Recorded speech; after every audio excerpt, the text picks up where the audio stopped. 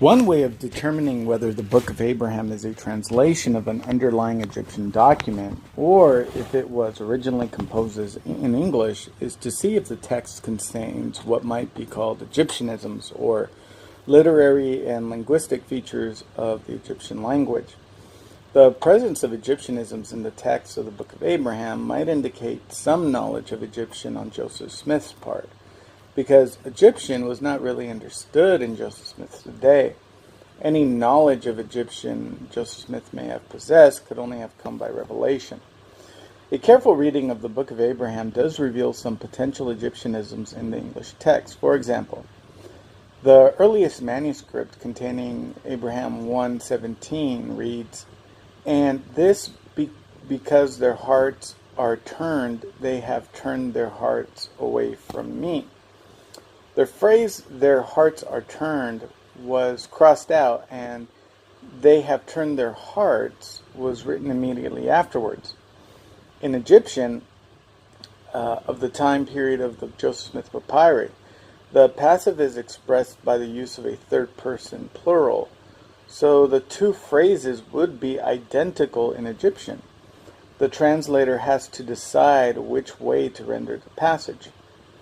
Another type of Egyptianism in the Book of Abraham is paronomasia, or wordplay.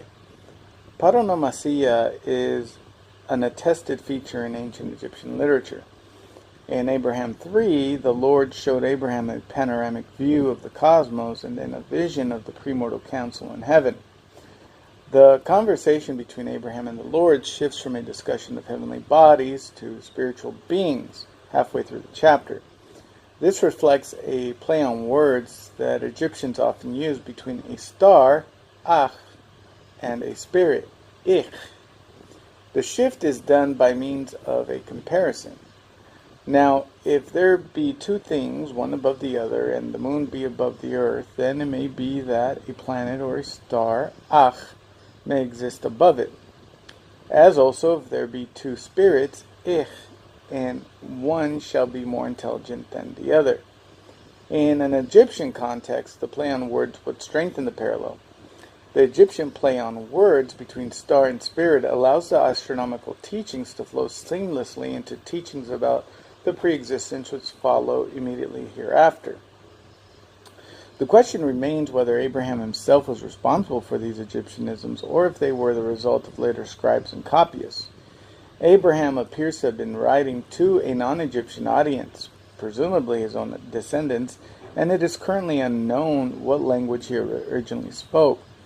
While Abraham taught the relationship between stars and spirits to the Egyptians, and their own language would have supported paronomasia, it is possible that these Egyptianisms were introduced in the circa 300 BC copy of Abraham's writings and were preserved on papyri acquired by Joseph Smith. This in turn would potentially explain how Egyptianisms appear in a text written for Abraham's Hebrew posterity. While these Egyptianisms in the Book of Abraham do not indisputably prove that Joseph Smith was translating from an ancient Egyptian, they are consistent with his claims to have done so.